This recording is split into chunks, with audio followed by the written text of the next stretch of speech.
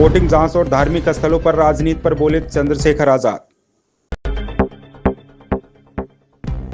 विशेष गहन पुनरीक्षण एसआईआर पर आजाद समाज पार्टी के अध्यक्ष और सांसद चंद्रशेखर आजाद ने कहा, मेरा कहना है कि मुद्दा चाहे जो भी हो उस पर जांच और चर्चा होनी चाहिए।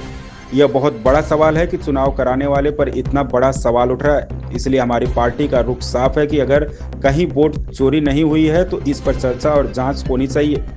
अखिलेश यादव द्वारा कथित तौर पर मस्जिद के अंदर बैठक करने पर उन्होंने कहा, सभी दल अपने राजनीतिक कार्यक्रम धार्मिक स्थलों पर आयोजित करते हैं। जो पार्टी भाजपा आरोप लगा रही है उसके ज्यादातर कार्यक्रम धार्मिक स्थलों पर होते हैं।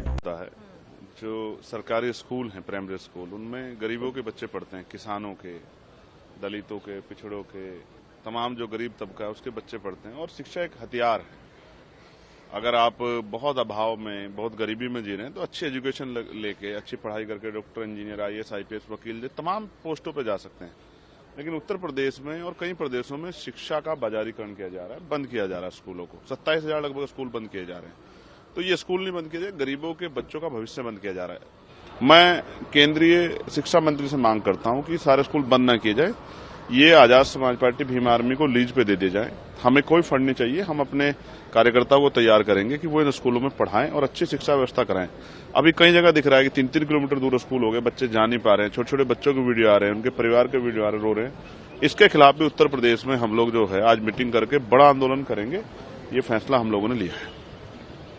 जिस तरीके से लगातार एसआईआर का मुद्दा उठाया जा रहा है संसद में और संसद चल नहीं पा रहा है, आज भी एक प्रोटेस्ट हुआ। लगातार ये कहा जा रहा है, सरकार पर आरोप लग रहा है कि वोटों की चोरी की जा रही है। इलेक्शन कमीशन सरकार का साथ दे रहा है। आप कैसे देखते हैं? आपकी पार्टी? देखिए, मेरा बिल्कुल स्पष्ट है। मैं बिहार भी गया था अभी 2 दिन पहले। अगर कोई भी विषय आया तो उसकी जांच होनी चाहिए, उस पर चर्चा होनी चाहिए, सरकार को चर्चा करानी चाहिए। भाई, ये बहुत बड़ा सवाल है कि इंस्टीट्यूशन पे चुनाव आयोग जो है, जो पूरा चुनाव कराता है, उस पर इतना बड़ा सवाल है। तो सवाल इसलिए भी जाहिर है क्योंकि जनता बोल रही है। मैंने भी खुद सुना है कि बहुत सारे ऐसे लोग हैं जिनकी जो मृतक हो गए हैं, उनके फार्म भरे जा रहे हैं। तो मेरा ये बिल्कुल स्पष्ट है, हमारी पार्टी का स्टैंड, कि कहीं से भी वोट की चोरी ना हो, इसलिए इस पर चर्चा हो और इसकी जांच हो।